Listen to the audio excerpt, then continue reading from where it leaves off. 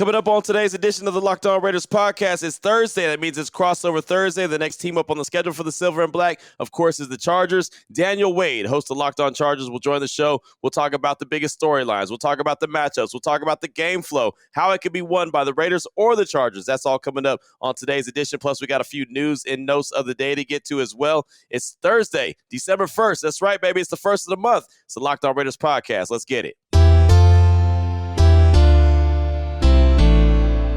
Just win. Just win. Just win. Just win. The autumn wind is a raider, pillaging just for fun. He'll knock you round and upside down and laugh when he's conquered and won. And won. And won. And won. And won. And welcome in, Raider Nation, to another edition of the Locked On Raiders podcast. Thank you so much for making the show your first listen each and every day. Remember, you can find the Locked On Raider podcast free and available on all platforms, including YouTube. On Wednesday, we actually hit 2,000 subscriptions on YouTube. Thank you so much for that. That's not me. That's my guy, Ari, who's doing all the hard work in the background, so we definitely appreciate him. At Ari Produces on Twitter. Make sure you check him out. Give him a little bit of props for getting us to that 2K mark. Definitely appreciate that. And Raider Nation, appreciate all the support. Had a lot of people hit me up on Twitter on Wednesday and let me know that their Spotify playlist had Locked On Raiders podcast at the very top and shared all the minutes that they spent listening to me. And it's just such an honor to know that, Locked On Raiders podcast is such a part of your daily routine. So definitely appreciate everyone who did reach out and let me know. And even people who didn't reach out. And even if you're not on Spotify, maybe you're listening on Apple, but Locked On Raiders podcast is part of your daily routine. I definitely do appreciate that. Today's edition of the Crossover podcast is presented by our friends at Prize Picks. Prize Picks is so much fun. It's easy to play. No competing with other players. Just you versus projections available. You pick 2 to 5 players. If they score more or less than their Prize Picks projection, you can win up to 10 times your money on your entry. It literally could take less than 60 seconds to enter. It's that easy. We love Prize Picks, and we know you will too. First-time users can receive a 100% instant deposit match up to $100 with promo code Locked On. That's PrizePicks.com. Promo code Locked On. Real quick, got a couple news and notes I want to get to here in segment number 1 before we jump into part 1 of the crossover edition with Daniel Wade, talking all things Chargers and Raiders. Josh Jacobs on Wednesday won the AFC Offensive Player of the Week and the FedEx Ground Player of the Week. FedEx will make a $2,000 donation in Jacobs' name to a historically black college or university. And look, when you have 303 yards from scrimmage, you have a couple touchdowns, and you walk it off to help your team win another game, you're going to win those awards. So no shock, he was the Offensive Player of the Week for the AFC and also the FedEx Ground Player of the Week. Real quick, want to go over the Raiders and Chargers injury report for Wednesday. We'll get another one today, Friday, and then 90 minutes before kickoff at Allegiant Stadium. We'll find out who's in and who's out. Limited for the Raiders, Andrew Billings dealing with the fibula injury, Brandon Bolden with the calf injury, Josh Jacobs with the calf injury, Colton Miller with a shoulder injury, and Kendall Vickers with the back injury. Vickers, if you remember last week, was actually ruled out on Saturday. He didn't even have an opportunity to play on Sunday, so I guess him being limited on Wednesday is a plus. Now, keep in mind, the Raiders conducted a walkthrough on Wednesday, so all the report is estimate. So we'll get a better idea later on today. Guys that did not participate, only one tight end, Jesper Horsted, dealing with a concussion. Can't do anything about that. Just got to let that run its course. And guys that participated fully, Darian Butler with the elbow, Derek Carr with the back, and Deron Harmon with the shoulder. Real quick, looking at the Chargers, guys that did not participate, the list was very long. Cornerback Bryce Callahan with a groin injury, safety Derwin James with the hip injury, center Corey Lindsley with a concussion, Khalil Mack with just rest day, so he'll be fine. Who else? Trey Pipkins III, the tackle. He didn't participate with the knee injury, and also wide receiver Mike Williams with the ankle injury. Guys that were limited, safety Nasir Adderley dealing with the thumb injury, and then guys that participated fully, cornerback Michael Davis, linebacker Kenneth Murray the Jr., and offensive lineman Jamari Saylor. So that was the injury report for Wednesday for both the Raiders and the Chargers. Final little nugget I have before we jump into crossover edition, part 1 with Daniel Wade. Jonathan Abram, former Raider, former Packer. Now he is a Seahawk. He was claimed off waivers by the Seattle Seahawks. They were a team that put in a waiver claim earlier when the Packers were awarded Jonathan Abram. So now he's on his third team this 2022 season. So much luck to Jonathan Abram. I think he has an opportunity to really be a good player there in Seattle, kind of play that Cam Chancellor role that they had when they had the Legion of Boom. Not saying he's Cam Chancellor, but he has that physicality like Cam. Is going to be a guy that could play up in the box, which is something that they need. So maybe Jonathan Abram will be able to latch on there with the Seahawks, but he only had a couple games in Green Bay. Now he's off to Seattle. So that's all I got for you for news and notes, part of segment number 1 of today's Locked On Raiders podcast. Now let's go ahead and jump into part 1 of the crossover edition. We're going to talk all things storylines. It's Daniel Wade, host of Locked On Chargers, and myself, host of Locked On Raiders, of course, talking all things Raiders and Chargers Week 13 matchup. All right, guys, this is the crossover event of the week. You know it's Thursday, so you know it's Crossover Thursday, presented by Prize Picks. And today, we have me, Daniel Wade, from Locked On Chargers, here with your boy Q, as always, from Locked On Raiders. And it's a big one. Maybe not the same as the last time these two teams met up for the last game of the season, right? It's not Week 17 win and get in for both teams. But there are still a lot of, stakes on this one for both teams. And we're going to get into the biggest stories of the game. We're going to talk about the biggest matchups. For me, I want to see if Asante Samuel Jr. has leveled up since the last time he tried to take on Devontae Adams and got torched in the first matchup. And we'll also talk about the biggest things that are going to decide this game, and also just get into why this game is important for both teams still at this point late in the season. But today's episode of the crossover episode is brought to you by Prize Picks. Prize Picks is so much fun and easy to play. There's no competing with other players, just you versus the Prize Picks projections. Pick 2 to 5 players, and if they score more or less than their Prize Picks projection, you can win up to 10 times your money on your entry. It can literally take less than 60 seconds. It's that easy. We love Prize Picks, and we know that you guys will love Prize Picks too. They're doing daily fantasy sports different, so make sure you guys check them out because you can receive a 100% instant deposit match up to $100 with the promo code Locked On. That's PrizePicks.com, promo code Locked On. Q, we got a big one coming up this weekend, and of course, the Raiders couldn't just go away. That's the first thing I said to you. You guys couldn't have just died off, kind of like the Broncos did. Like, you're getting hot. 2 overtime wins in a row, just as you are ready to face the Chargers. Yeah, no, I mean it's been fun, man. I mean it's been a weird roller coaster type season. The expectations for the Raiders going in, similar to the Chargers, were sky high, and the Broncos as well. And it really hasn't played out that way. The Chiefs have been the Chiefs, and everyone else has been everyone else. And so the Raiders looked like they were kind of left for dead, and all of a sudden they've rattled off a couple overtime victories and provided a little bit of juice, man. And that's what I'm really focused in on. They provided some juice to the fan base, a fan base that's been starving for a team to be a consistent winner for the longest. It's been 20 years. They went to the playoffs 20 years ago. They went to the playoffs in 2016, 2021. But, it's been so many, so many years in between. And so empty years, yeah. Man, it's been so much. So the fan base really just wants to see this thing come together. And, with a couple wins in a row, not saying that has cured all, but it's made the fan base feel a little bit better. So it's interesting to see how they finish off the rest of the season, man. And, of course, the Chargers are up next. And we all remember that, that final game of the season in 2021. It won't be like that this week, but at least it'll be a lot of fun at Allegiant Stadium. Yeah, it definitely might go to overtime. The Raiders have been doing it. That's what they did the last time in that, week 18 matchup last season, and that was absolutely nuts. And I want to get into the biggest storylines for the Chargers in this game first. And for me, it's pretty simple. It's just, can the Chargers offensive line hold up well enough for the offense to execute, right? And that's going to be such a huge story for this team this week. The Chargers are banged up. Their injury report is riddled with guys and super important players on there, but the offensive line is definitely getting hit the hardest, and it's also an offensive line that's given up 38 pressures over the last 2 weeks, 19 in each game. Now enter Max Crosby, now enter Chandler Jones coming off his highest pressure game. They have 2 important guys on the injury report this week. We know Rashawn Slater's been out the whole season. That's been really tough for them. Jamari Sawyer's filled in admirably. They're all pro center. The only consistently good player on that offensive line, Corey Linsley, is still in concussion protocol, according to Brandon Staley, which he said Wednesday. Their right tackle, a.k.a. the guy going up against Max Crosby the most, he's injured as well, has been trying to fight through an MCL injury and had to leave the last game, came back, but he's been a diminished version of himself even when he has been in there. And the Chargers, even with those pressures, have still scored 26 points a game over the last 2 games, which, considering those circumstances, you feel okay about. But that is what, to me, is going to be the most important thing for them this week, because if you just let Max Crosby take over this game, if you get into a bunch of obvious passing down situations, like even a Raiders defense that's given up some points, with those guys in particular, they're going to eat.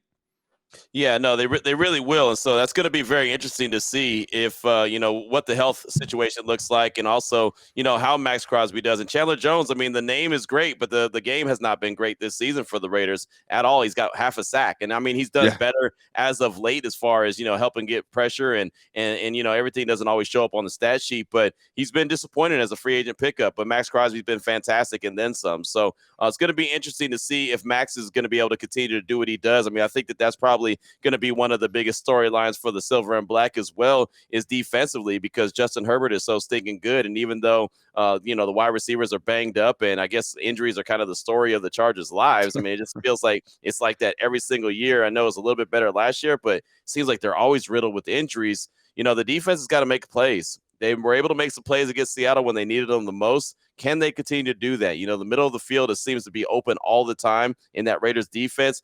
Justin Herbert will pick that apart, right? I mean, the tight end, he'll pick that apart. Everett will pick that apart if the Raiders leave that wide open. And so I just gotta really want to see, is the Raiders defense starting to take the next step where they're starting to figure out what Patrick Graham wants them to do? Because early in the season, and the Raiders played the Chargers week 1, for anyone who doesn't remember, I mean, the Chargers pretty much were able to do what they needed to do offensively, and the defense or the offense for the Raiders were able to kind of help themselves get back into the game. They ultimately lost, but the defense wasn't very good at all. How much better are they now, right? I mean, so that's really going to be one of the biggest storylines. Can they get Justin Herbert off the field? Can they slow down Austin Eckler? Can they slow down Everett? Can they slow down, Palmer? I mean, there's guys out there that I'm very interested to see how the Raiders match up the second time around.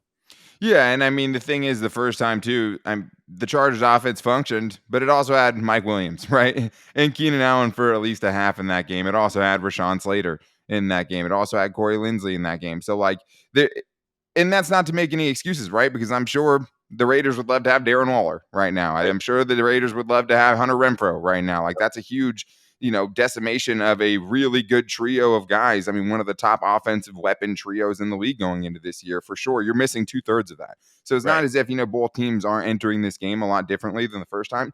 But for the Chargers, you're finally getting to have some respect, or I think they're probably gaining respect from their trio of wide receivers, because it's turned into a nice little thing between Keenan Allen being back, which is just absolutely monumental for this team. I mean, the minute he hit the field back fully healthy, it was like a light switch turned on for the Chargers offense, which is great.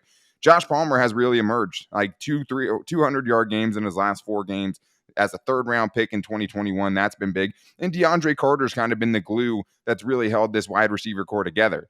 Then again, if your offensive line can't hold up, it's going to really change how everything goes. Because if last week what happened is the offensive line gave up 19 pressures. Obviously, that's terrible. They tried to turn to the screen game, and their screen game is just bad. I mean, they did pull a good one at the very end of the game on 3rd and 7. Nobody saw that one coming. But the offensive linemen aren't connecting in space when they do get out there. And then just the chemistry of the offensive line late in that game last week, they had a straight-up A-gap blitz up the middle by Isaiah Simmons, and it just totally nukes a drive, a field goal drive that you end up taking a sack. You lose points on that. It didn't end up costing him, but for the Chargers, it just feels like these things are going to end up costing you, right? Like, giving up that much pressure is going to end up costing you. When you have all of these tight games, it's going to end up costing you. And this is a 1-point game, according to BetOnline. Like, this is going to be as tight as it gets. So it is going to be interesting to see this time around, can these two teams, with who they have left, make it work? And for the Chargers, I mean, it's just a laundry list of dudes. Yeah, no, you're right about that. Another storyline that I'm looking forward to as well, and this is not a disrespect at all to Brandon Staley, the head coach, but we know that he's prone to make some kind of decisions that might make you scratch your head every once in a while. If he does, and I'm not saying he's going to, but if he does do this on Sunday, can the Raiders take advantage of it, right? If he decides to roll the dice on 4th and short in his own territory, can the Raiders stop him? If they do stop him, can they score, right? I mean, it's just, if you have decisions like that where sometimes it works out really well for the team and sometimes it doesn't. And if he makes decisions and it doesn't work out well, how do the Raiders, what's their next chess match? Can they take advantage of it? I think it's something that's very important. And, I mean, just like going back to a week ago when the Chargers decided to, go for 2 to try to beat the Cardinals couldn't stop that, right? So if you can stop that, you win the game. If you don't stop that, you lose. Well, the Cardinals lost. So if that situation arises again, can the Raiders take advantage? Can they say, okay, we're going to make a stop? Those are the kind of chess matches. And like I said, little storylines for this game that I think make it that much more intriguing. 100% agree with that. Just because, too, I mean, last week you go for 2 with 15 seconds left and it wins you the game, right? So it paid off there. Earlier, they had a chance where the analytics said to go for it. He punts it. The Chargers defense holds a 3 and out. And defensively, kind of like the Raiders, right? They're trying to see if they can find something from this 3 straight 3 and outs and not giving up anything on the last drive to the Cardinals last week. Can you find anything from that is tangible that you can take away and hope that you can really stop the run, right, going forward or doing something like that? Because the biggest thing for this game, too, that we haven't talked about is obviously the health of Josh Jacobs. And Josh Jacobs, as a matchup, going up against this Chargers run defense, there's literally not a better matchup for him if he can play in the league. And unfortunately, I don't even know if he needs to be out there for the Raiders to have a good day on the ground against this Chargers defense. So we're going to get into the biggest matchups from this game because there are some big ones. I also want to see if Asante Samuel Jr. can test himself and see where he's at now against Davante Adams this time around. So we're going to get into those big matchups coming up right after this. But this episode is brought to you by Audible. Audible is releasing a slate of new football podcasts that we're sure you're going to love. Find Block Forever now wherever you get your podcast, because Block Forever is a brand new podcast. Former All-Pro Ryan Khalil getting into all of the biggest storylines that you don't get just from a lot of football podcasts, because he's talking to the big players and what goes on behind the scenes. You can hear Christian McCaffrey talk about his love-hate relationship with fantasy football. Obviously, he's a guy who goes, number one in fantasy every year, but is on and off of the field. You can also hear him talk to players like Juju Smith-Schuster and give his honest opinions on other players at other positions around the league, something a lot of players are really reluctant to do for obvious reasons, right? At least, our teams don't have our quarterbacks like Kyler Murray just kind of going off on their head coach. So we don't have to deal about that. But those are the kind of stories you get from Ryan Khalil and the new Block Forever podcast. Make sure you guys check it out. It'll be recorded and released every week ahead of Thursday Night Football. Ryan and his guests discuss topics like player psyches, sports betting, playing through pain, being a leader, and so much more. And it's available for free on Audible or wherever you get your podcast from. Catch a full Block Forever series anywhere you get your podcast, available everywhere now. Audible, get in the game. All right, Q, I want to get into the biggest matchups, and I already kind of mentioned a few of mine, but when you're looking at this one where, the Chargers have a lot of weaknesses, the Raiders have some weaknesses too, but what are the big-time matchups, player to player or just, player against position group that you're going to be looking at in this one?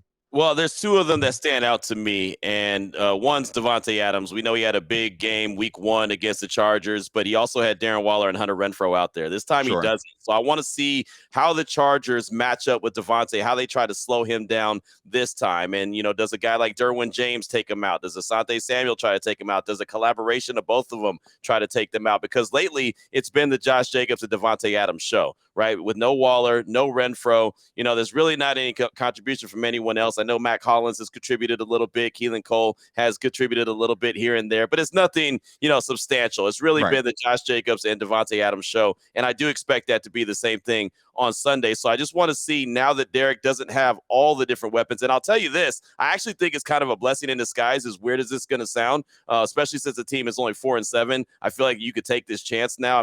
Earlier in the season when they still felt like that they had a big shot and a big opportunity to really do some big things, you wouldn't want this situation. I think that the Raiders, Josh McDaniels, Derek Carr, and Davante Adams are all learning how this looks with Davante Adams. Instead of, okay, you have Davante, you have Darren, you have Hunter, figure it out, right? Instead, you're just doing like baby steps. Okay, here's Davante Adams. He's the alpha dog. Here's Derek Carr. They're going to build this relationship. They're going to see how this offense looks with Davante. And, oh, by the way, Josh Jacobs, who's dominant. All right, and now Darren Waller and Hunter Renfrow come back. Now you could just kind of, blend those two guys into what is already established. I think that that's the easier way to go. And again, if they weren't 4-7, I wouldn't say that, because you'd want to have all the weapons out there. But I do think that in the long run, this actually might work out better for them, where they can learn how everybody really works in this system, in this offense, especially focused around Davante Adams. So I want to see Davante, Derwin, Asante Samuel, whatever the case may be, what that looks like. That's one of my big-time matchups. And then, the obvious one is Josh Jacobs. And I guess it's a storyline as well. One, is he healthy enough to play? And two, can the Chargers stop him?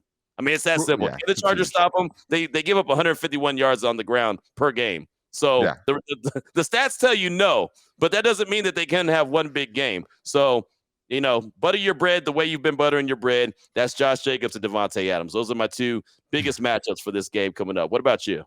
Yeah, you literally have basically my matchups. Those are the two biggest things that I think decide this game. Of course, I talked about the offensive line, right? And if Trey Pipkins versus Max Crosby, as opposed to Trey Pipkins versus Foster Sarrell, who's an undrafted, Max Crosby versus Foster Sarrell, who's an undrafted free agent dude who's played in 2 NFL games in his career at this point. Even though neither one is a good matchup for the Chargers, both of those are beneficial to Max Crosby, but you're trying to limit the damage at that point, and Trey Pipkins would be a huge boost in that direction. But not gonna lie, I did not know where you were going with that take for a second. I was like, what is he gonna say here as far as not having those dudes? But I think the other thing too that you didn't say right there is just finding out how to use Davante Adams when everyone knows it's coming, because that's one of the biggest things that they've been able to do with him. Is it's You think the Broncos didn't know? I mean, it looked like they didn't know, especially at the end of that game, that Right. Devontae Adams is that guy. But like, every team goes into every week, even with Darren Waller and Hunter Renfrow, right? But there's still those auxiliary options you have to worry about. They've been doing it even though every team knows, okay, we have to do something about Devontae Adams. Make Mac Hollins beat you, right? Make Keelan Cole beat you. Like that's been happening, and they've still been able to find a way to produce with Devontae Adams. And he's probably, I mean, we'll see. I mean, it's going to be interesting to see because the first matchup, Asante Samuel Jr. got a lot of him. He had that really ugly 41-yard reception allowed that I think Devontae Adams created 27 yards of space on And that some one. trash talk too. There was some trash talk between those two cats too. And I loved it, right? I mean, Devontae Adams got the better of that matchup, but Asante Samuel Jr. had a nice little pass breakup, right? Had an interception in that game. Like, it was a good thing for a young coming corner. And like, if you don't want your cornerbacks to act like that, like you don't have the right mentality in your cornerbacks, right? That's kind of what you got to be out there, especially an undersized dude like Asante Samuel Jr. Has he leveled up, right? Can he do more than he did that first time around because he's going to have another chance? But that's a great point you brought up about Derwin James too, because now it's probably, you're not just going to put Asante out there on an island, right? Obviously, when you have someone that's that much better than the other receiving options that they have. Now, instead of being glued to Darren Waller, Derwin James is probably going to get a piece of that. Had a interception covering DeAndre Hopkins last week. So now it's kind of maybe a two-man game. Both Asante Samuel Jr. and Derwin James both trying to attack Devontae Adams, maybe even double teaming Devontae Adams, because I know that's what I would do if I was the Chargers going into this. Right, sure. absolutely. It should be. I mean, it should be fun, right? It should be a fun chess match. Yeah. Josh McDaniels is an offensive head coach, offensive minded head coach. Excuse me. Brandon Staley, defensive minded head coach. Obviously Khalil Mack and what he brings to the table, going up against the Raiders offensive line, trying to get after his buddy Derek Carr. I mean, those are good matchups as well. But I don't think it gets any juicier than Devontae Adams and the secondary, the Asante Samuel, Derwin James, and of course Josh Jacobs in the defensive line. The defensive unit really for the Chargers. Can they slow him down? I mean, those are really the sexiest ones and the juiciest ones as far as I'm concerned. Yeah, for sure. You could go Khalil Mack versus Jermaine Illuminor, right? And, Mack had 3 sacks in the last matchup, but he had Joey Bosa on the other side, right? Which obviously makes a gigantic difference. Now he is going to have like Kyle Van Noy or Chris Rumpf, which just does not have the same impact, right? So I think as far as the Josh Jacobs thing goes, like I said, I mean, I think it could really be any Raiders running back. And to have a good day, right? Like Josh Jacobs has a chance to have a special day against this Chargers defense, as much as I hate to say that. And the craziest part is the first game of the season when you did have Joey Bosa, obviously, it's the only team that the Chargers have held to under 93 yards this year on the ground is the Raiders. Oh, wow. They had 64. They allowed 64 yards. Josh Jacobs. But the thing is that had a lot to do with game flow. The Chargers got up early, 2 scores in that game. And the Raiders have only been able, or were only able to hand him the ball 10 times. That's one of the things I saw when going back through the Raiders right now, Q. Now they're more committed to it, right? I mean, it seems like now they're way more committed to Josh Jacobs. Even with the calf strain last week, he gets 33 carries, right? Week before that, it's 24. The week before that, it's 21. 3 straight weeks with 20-plus carries for Josh Jacobs. And it seems like this team is kind of finding its identity at a terrible time for the Chargers because not only are they going to run him, right? But now they're committed to it, and he's going to get 20-plus touches in this game. Yeah, most likely, as long as he's able to go. I mean, look, he's been averaging 5 yards a carry all season, right? It's just like you mentioned earlier in the season, they weren't giving him the rock like that, and I don't know. And it kind of goes back to what I was saying about trying to figure out this offense now that there's not so many weapons out there. I don't think that they knew how to use everybody with Devontae, Darren, Hunter, Josh. I don't think that they knew you guys, Amir Abdullah catching passes out of the backfield, Brandon Bolden catching passes out of the backfield, the rookie Zamir White. I think that it was so much thrown at them at one time. They were like, damn, what do we do now? And so now that it's kind of stripped down to the nuts and bolts, now it's more like, okay, this is how, like I said, the bread's got to be buttered. And it's been working out really well for Josh Jacobs. He's leading the league in rushing. And I know he's going to do everything he can to give it a go and try to continue that streak that he's on and get 100+ yards. And Devontae Adams is going to keep being Devontae Adams. So I'm very excited about the 1-2 punch between Devontae and Josh, given that he's able to go on Sunday at Allegiant Stadium. Yeah, and I mean, it would be huge for the Raiders, obviously, and for the Chargers. I mean, it's can you get back to that game script, right? Can you get them out of it? Because the Raiders also had, a few 17-point leads that they've relinquished so far this season, right? And those are obviously perfect opportunities where you can get the running game going and start grinding teams away. They weren't able to do it then. Now, late in the season, as this coaching staff's coming together, it seems like they're finding out, hey, we got a pretty good 1-2 punch right here with Devontae Adams and Josh Jacobs. Maybe let's just focus everything around that out of necessity. But maybe that is not the worst thing, right? To know that you kind of have that in your back pocket. Now you can start sprinkling in some other weapons. Yep. Probably just too late at this point, obviously. But as far as, the next couple of seasons go, like that is going to be huge, especially in how you're going to attack this offseason, the decisions you're going to make around that. But we do have to get into the biggest thing that is going to decide this game. We're also talking about just why this game is important. The Chargers, they're trying to fight for a playoff spot. The Raiders are obviously trying to spoil things once again for the Chargers, which would just suck. But we're going to get into that coming up right after this. But I need to tell you guys about the official betting sponsor of the Locked On Chargers podcast, and that's betonline.net. BetOnline.net is your number one source for all sports betting info, stats, news, and analysis. Get the latest odds and trends for every professional and amateur league out there, from football to basketball to soccer and esports. They've got everything at betonline.net. BetOnline right now, guys, has the Chargers favored by 1 point on Sunday. Feels about right, Q. I mean, I feel like it's going to be a tight game. This is not a good matchup for the Chargers, even though technically, right, they've been the better team. They still have a ton of flaws, and I think that's right about where this game should be. But it's not just that with BetOnline, and that's what I love. I always go with the weird stuff. I go with the props. So not only can you bet on the final score and everything like that, you can bet on if this game's going to go to overtime, right? Which the Raiders have done 2 weeks in a row. That's cash for a lot of people for sure. Total field goals, total touchdowns, whether one of these teams can put up 40 in this game like the Raiders did last week. You can bet on all of that at betonline.net. And if you love sports podcasts like you do with this one, you guys can find those as well at BetOnline. We're always the fastest and easiest way to get your betting fix at BetOnline. Head to the website today or use your mobile device to learn more at BetOnline, where the game starts. All right, well, we talked about some of the biggest matchups, and I think those will go a long way in deciding this game. And when I'm looking at kind of the overarching theme for this game and, what I think is going to eventually decide it, my mind goes a couple of places. But thank you guys again for checking out this Prize Picks Crossover Thursday episode. Make sure you're finding the Locked On Chargers and Locked On Raiders podcast wherever you get your podcast from, for free, available every day on all platforms. Q, I think for me, if the story of this game is Max Crosby and Josh Jacobs, the Chargers are not going to win, right? And I think for them specifically, obviously Devontae Adams is great. He's not what the Chargers' biggest weakness has been this year, right? It's protecting Justin Herbert, not letting him get pressured, and not being able to stop the run, because we talked about the rushing yards, right? Yeah, the Chargers give up 150 plus a game.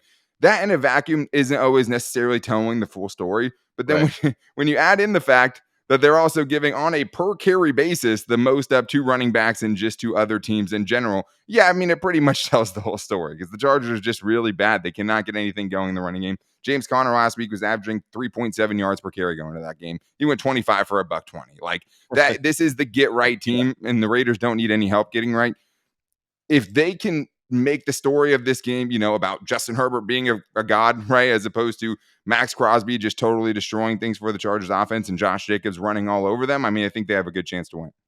No, I'll tell you, it's going to be interesting, man. It really will. Justin Herbert, we saw what he did last time he was in Allegiant Stadium, that Week 18 game in 2021. I mean, it was just phenomenal. The dude is incredible. And so, of course, that he's always going to be a dangerous weapon. So, for the Raiders, Max Crosby, Chandler Jones, Bilal Nichols, Andrew Billings, all those cats, Jerry Tillery, a guy, a former Charger that is now part of the Raiders organization, getting a little bit of burn the last couple games with the silver and black. They're going to have to harass Justin Herbert. They're going to have to make his life difficult for him. And I'll say this, man, as far as, the game flow for the Raiders goes, it goes through number 28. I mean, it really does. And the run game in general, if the Raiders can get up there around 130, 140 yards, and I'm not saying it all has to necessarily be just Josh Jacobs, but if they have a commitment to the run and the Chargers really can't stop the run, that does two things. That gets the Raiders offense going. That also keeps Justin Herbert on the sideline. Right. And that's something that the Raiders need to do. They need to help out their defense by keeping Justin Herbert on the side of the field. That means he can't score touchdowns. He can't throw touchdown passes. He can't hurt you if he's on the sideline. So there's got to be a big time commitment to the run game. And so I'm very interested to see if Josh Jacobs could set the tone for the running backs. If Zamir White, who's the 4th round pick out of Georgia, if he can come in and get a little bit of, spell him a little bit just to keep him fresh as possible. That's kind of how I think the rotation is going to go. It's going to go Jacobs and then Zamir White attempts to keep Jacobs healthy and to keep him fresh. And if they can do that, I feel good about their chances, just because once that, the Chargers have to really, load up the box to try to slow down Josh Jacobs or whoever's running the ball, that's when Devontae Adams has an opportunity to eat. And I think that's how the Raiders are going to try to play this thing out. Yeah, and I think, this game more than most, the game flow is super important. Like I talked about before, I mean, Josh Jacobs only had 10 carries in the first time Right. these two Can't get teams behind matched up. early. Can't get behind early. 100% for them. And for the Chargers, you can't let the Raiders kind of capitalize on you still trying to figure it out, because the last few weeks have been, polarizing for the Chargers offense. You went up against two good teams, the 49ers and the Chiefs. You got opening drive touchdowns of 32 and 50 in those two games. Like, it was the perfect script. They got the big play. They got the first quarter touchdown. Then last week you come out and you go empty the first three drives, right? Just three Yeah. straight drives you've given away. And now the other team has a chance to put you in an early hole. The Chargers, before the last two games, had 4 games where they got into a double-digit deficit, not in the game, in the first quarter. Right. Right. That's how bad it was. They were at starting the game fast. With Keenan Allen back, it's been better. But one thing we have seen with this Chargers offense is the offensive coordinator, especially when he's missing a lot of pieces, he goes super conservative and wants to see kind of how everyone's playing out, right? Like how the guys who are the new guys in are playing. So like, hey, we're going to go super conservative and see how our undrafted free agent right tackle is holding up before we decide to kind of pull out the more creative things. If the Raiders can capitalize on that, it's going to be really hard for the Chargers. This is not a team they want to get behind. And that's why game flow is so important in this one. Because if the Chargers get behind, they're playing right into the Raiders game plan. If the Chargers can get up in front, now Josh Jacobs gets less carries, right? That's just how games go. Yep. Like, he'll just get less carries like that. And also, the Chargers will, it's not as important that the Chargers defense gives up 20, 8 points a game. Like, you're building that into the beginning. If you get behind and your defense isn't going to be able to get stops at the end of the game, that's just a terrible place to be. So like, who gets up early in this game is going to probably have a lot to do with who wins it as well. Absolutely. Not to mention the other thing that I want to point out is the turnovers, man. The Raiders threw 2 early interceptions. Derek Carr had 2 early interceptions last week against Seattle. You can't give Justin Herbert a short field. You can't give Austin Eckler a short field. You can't give Palmer a short field. You know what I mean? Like, you just You can't can't do give that banged up offense a short field, right? Make them earn it. Exactly. Yeah. Because it gives that helps jumpstart them, right? It's like putting jumper cables on a dead battery, right? I mean, look, if you're gonna give a little juice to it, then it can go. And so, yeah, the turnovers, the Raiders have to do a really good job of protecting the ball. Normally, Derek Carr does, but you remember the first game against the Chargers. There was turnovers in that game. You can't have turnovers like that. You've got to be able to protect the ball. That was a big issue that was in that first game against the Chargers. If he doesn't turn the ball over as many times as he turns the ball over, hell, the Raiders might win that game, right? But he gave the Chargers the ball on a short field. You can't do that. Cannot do it on Sunday. The Raiders, look, I know their record's not very good, but I'll tell you straight up what their goal has got to be is try to catch the Chargers, right? I mean, the Chargers are right there in front of them. The Chargers are in second place in the AFC West. They're not going to catch the Chiefs. Nobody's catching the Chiefs, in my opinion. But the Chargers, if they go on a little bit of a streak and maybe the Chargers don't win a couple games, who knows how it all shakes out. So that's got to be the Raiders' motivation for the rest of the season. As it's evaluation season, they're seeing the young guys. They're also trying to put everything together, see if it gels. The goal that they could have in front of them to kind of get them hyped up and going at each and every game, try to catch those guys in front of them, right? Yeah. Try to catch the Chargers. I mean, that's, again, not saying that they're momentum going into next year. Yeah. But yeah, exactly. But it gives you a little firepower. It gives you something to get it fired up about and excited about. And so, sometimes you have to have a little dangling carrot in front of you. And I think that's perfectly suited for the Raiders and what they need. Yeah. I mean, I've talked to some dudes about it before, but like, when you get to sit in the off season with something, you don't want to sit with a bad taste in your mouth. That's for sure. You don't want to sit in a place where you're feeling like, well, what's the point of me even coming back to this place? It's not getting fixed in a year, right? When you have that good end to the season, I think it does mean a lot to these players, and they can really kind of buy into, hey, we got something going a little bit there. There is stuff we can work with here.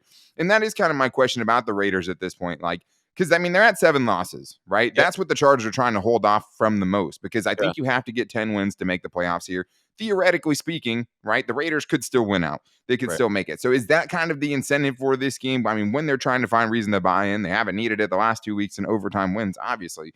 But is it more like, let's see what we have with this new coaching staff and Josh McDaniels, right? Or is it just, playing, hey, let's spoil this for the Chargers. Let's go catch the Chargers, right? Let's knock them out of the playoffs another season. Yeah, I think it's a combination of a few different things. One, it's just a game by game approach and proving to themselves that they can get it done. Proving to themselves that, what we're being coached up to do is the right thing. And okay, we can win under Josh McDaniels as the head coach, because look, Coach McDaniels has a lot to prove as well. We know the last time out, he didn't do well in Denver, and obviously didn't start out very well with the Raiders. So he's got a lot to prove. The players are proving a lot to themselves. They're playing for next year as well. They're playing for this year, but they're playing for, evaluation, who's going to be the players that the team moves forward with. And Yeah. and then also, like I said, man, the silver lining is if you can catch the Chargers, regardless what happens, but if you could just catch them, No. say you don't, you don't go on that kind of run that gets you into the playoffs, but for some reason you happen to knock the Chargers out, which is your division opponent, that's your, one of your biggest rivals. That's, I mean, that's again, that's not moral victories. It's not, everyone gets a ribbon and everything, but it's a kind of little bit of a feather in the cap. Like, hey, Sure. you know what? Started the season off terrible, finished the season off strong. So I think that there's a few different things that are motivating these guys moving forward. Yeah, and I mean, I do think that like this game does mean more to these players. Like they do feel the kind of weight of this rivalry. This is a real rivalry that's gone Yeah. on for a long, long time. And even in the Chargers' worst seasons, because I've covered some really bad seasons, you always felt good after beating the Raiders, right? It's like, hey, I don't know if we're going to be good this year, but if the only two Right. wins are against the Raiders, we'll take that, right? Like that, Yeah. I've literally seen that come out of Chargers fans' mouths. So I don't think the Raiders are going to catch Chargers, but that doesn't mean I don't feel good or that I feel good at all about this game. Like I think this is going to be a tight game. And whatever I think, if the Raiders defense, which has obviously struggled, can use this game to find a way to slow down the Chargers offense, who's obviously super banged up, they can feel better about themselves, right, as an improving unit. And for the Chargers, hey, if you can't get enough out of your offense to go up against this defense and be able to keep up with the Raiders offense, you're not going to win it, right? And I mean, that's why just going into this one, I don't know even who I'm going to pick to win this game tomorrow. But thank you guys so much for checking out Crossover Thursday. As always, make sure you're checking out the Locked On Chargers podcast and the Locked On Raiders podcast, available on all platforms wherever you get your podcast from, for free every single day. You can find me on Twitter at Dan Talk Sports. You can always find your boy Q on Twitter at your boy Q254 on Twitter as well. Make sure you're checking out the Friday shows for both shows. And thank you guys again for always checking out the show and making it always more important to us, especially with everyone out there saying how much you've listened to us, the Spotify rap, to shout out to everyone who's tagging us and all that stuff. It's crazy to see, how much you guys listen to this show and how much a part of your everyday life that we're supposed to be. So thank you guys for making us your first listen today. If you need a second listen, make sure to check out Locked On Sports Today. They're doing a ton of fun stuff over there. Really a original sports show where they're doing the biggest stories of the day, instant reactions, big game recaps, and the take of the day. So that's going to wrap things up for Crossover Thursday this week. It's going to be a fun one, Q. I can't wait to see how it goes down, man. When these two teams get together, I mean, it's always a close game. It's always fireworks. Hopefully Justin Herbert and the Chargers can find a way to kind of overcome all the stuff they're dealing with to get a big win. But make sure you're checking out both Friday shows, and we'll talk to you guys then.